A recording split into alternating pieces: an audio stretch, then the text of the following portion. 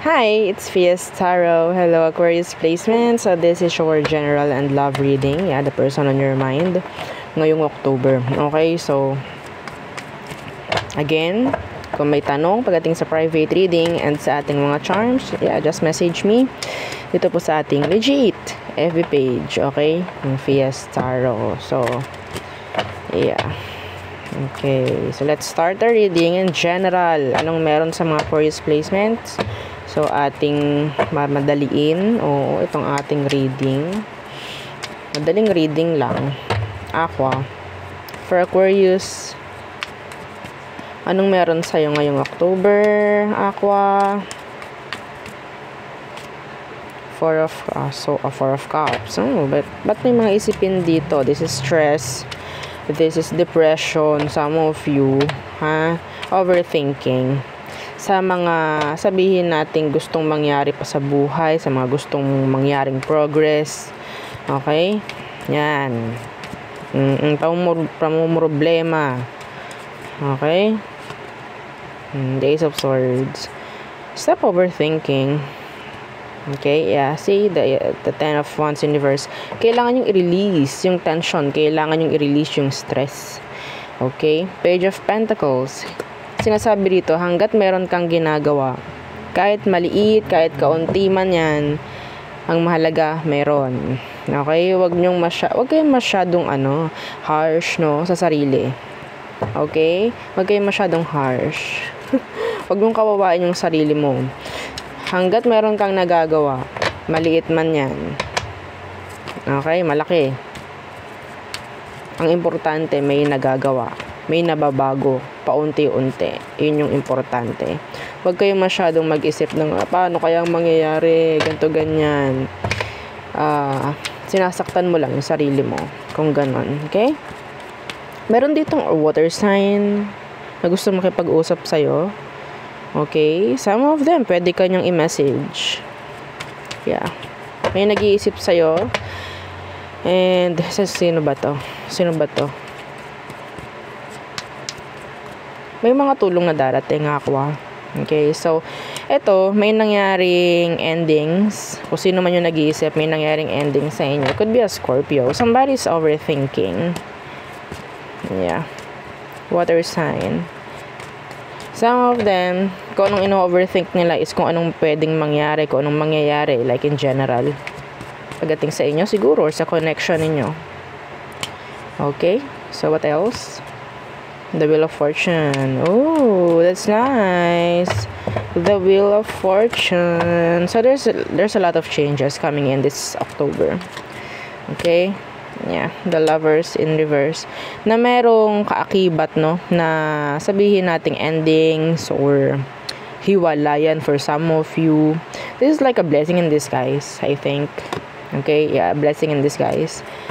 So, yung iba dito, kung merong mga breakups na mangyayari or separations, no, and I think kung parang kinakailangan naman na talaga mangyari yung hiwalayan na yan, I think sa universe, inihahanda ka lang doon sa taong para dapat sa'yo talaga.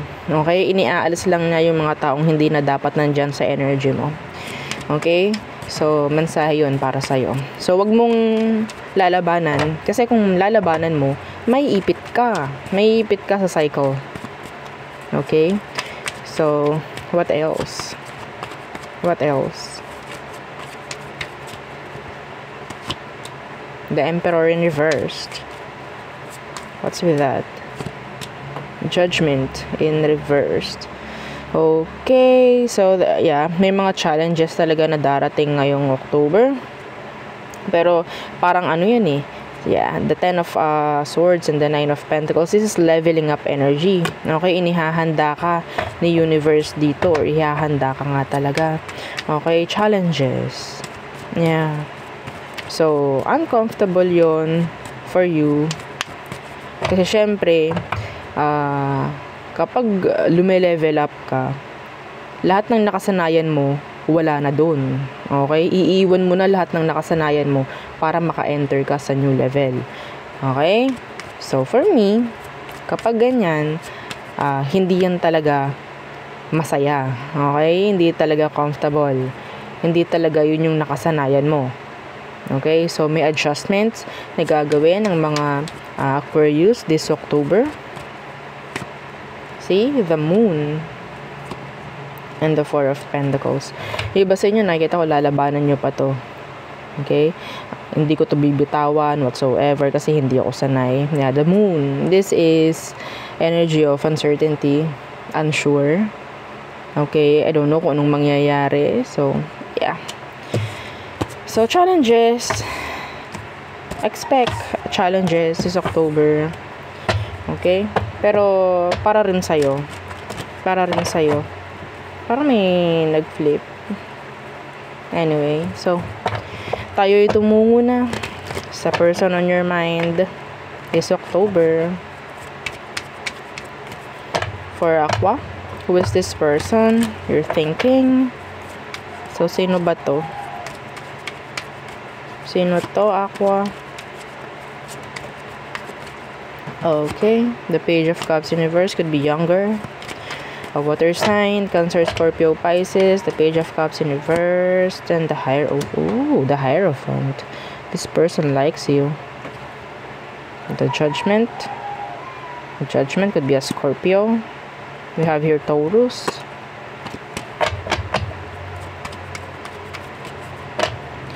I think they're young, pero they know how to commit.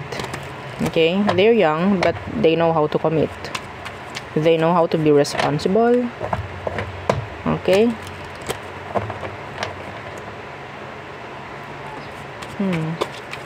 Anong meron? Anong kailangan mo malaman, Aqua? Pagdating dito sa connection nyo. The Knight of Swords universe. The Ten of Pentacles universe. Hindi kailangan madaliin. Okay, hindi kailangan madaliin. Yeah, the sun is here. Meron ditong somebody's afraid, I think. Somebody has trust issues. Okay? So, kung sino man ito, may chance na meron siyang trust issues. Marami siyang, sabihin nating trauma from their past. Okay? And mapapansin mo na this person is parang lagi lang ang bilis ng mga desisyon pagdating sa inyong connection. Okay? So, yeah, kasi because they're afraid. Okay, they are afraid. They're into you. They really love you. They really like you. Takot lang sila na mawala ka, I think. So, it's like gagawa sila ng kung ano-ano man para lang hindi maalis or mawala itong connection na meron sa inyo. Yeah.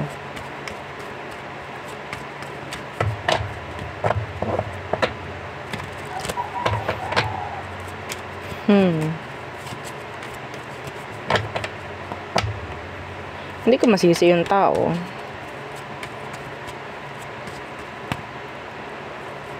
May takot nga lang siya. May takot siya dahil sa mga nangyari sa kanya sa past. Nakakaawa actually yung person. Naawa ko sa kanya. So, ano ba talaga yung emosyon? Or, tingnan natin yung intention. Yeah, the Five of Wands.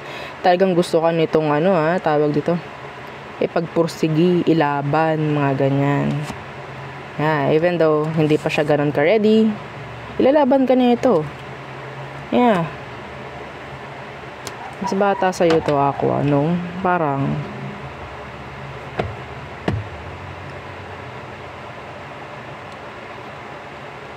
ang nakikita ko sa kanila, they're not really ready, okay, to commit. Pero andun yung goal nung tao na talagang, yeah, ikaw yung gusto niya makasama. Parang ganyan.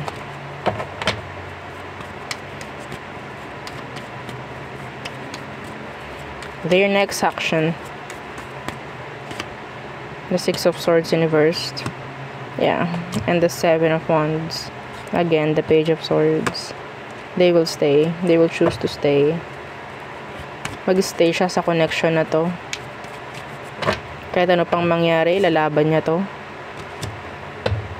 Okay? So, ano magiging outcome? Or advice na lang, if ever. What's the advice for Aquarius? What's the advice? Two of Swords universe. This is being open. Okay, sa pagdedesisyon, dapat hindi lang siya yung dumidesisyon. Okay, dapat may naririnig din sa'yo tong taong to.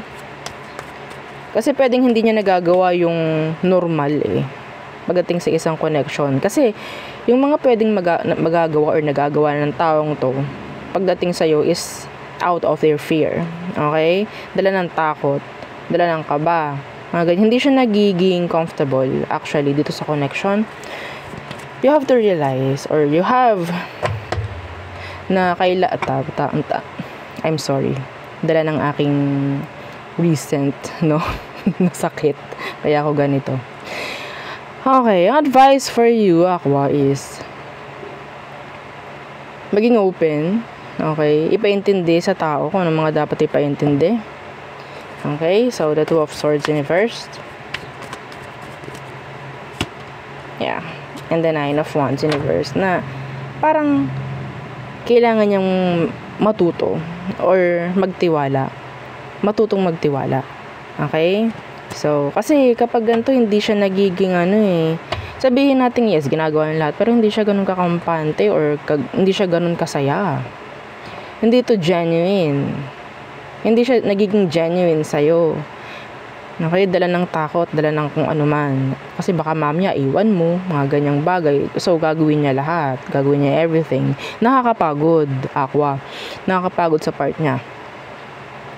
Okay, so mayroon ka mga dapat iparealize sa kanya. Okay, na kailangan chill lang, relax ka lang. Ganyan, walang gantong mangyayari, ganto, ganyan. Pero sa lahat ng sasabihin mo sa kanya, dapat mapapagkatiwalaan ka niya. Doon mo rin matutulungan yung tao na mag-heal. Okay, because they have a lot of trauma. They have a lot of trauma na kailangan i-heal. Pwede naman like tulungan mo siya mag-heal, 'di ba? Kung yun nga trust issue ang kanyang kailangang i-heal, sample, kailangan matuto siyang magtiwala ulit at ipakita mong dapat ay mapapagkatiwalaan ka talaga. Ganun yun Yeah, unti-unti magsisimula muli. Okay? Mag-start muli yung buhay niya. Yeah. Ganun lang. Ganun kasimple. Pero, ganun kasimpleng sabihin, pero hindi ganun kadaling gawin. Yes. Healing is a process. It's a journey. Kaya, mahirap. Okay? So, let's see. All signs. Aries through Pisces. Okay. Aries. Healing. Taurus, same din. May mga kailangang i-heal, may mga kailangang baguhin. Gemini, they want your attention. Cancer, they're stuck. They are stuck. Thinking of you. May mga what if si Cancer. Leo, you're thinking of you. Okay, Virgo.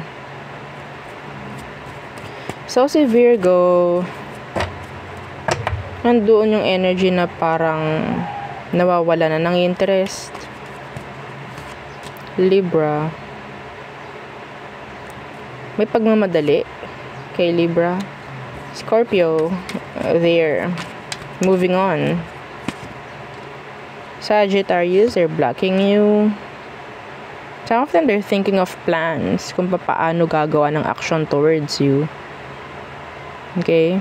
So, Capricorn, feeling the heaviness of the situation.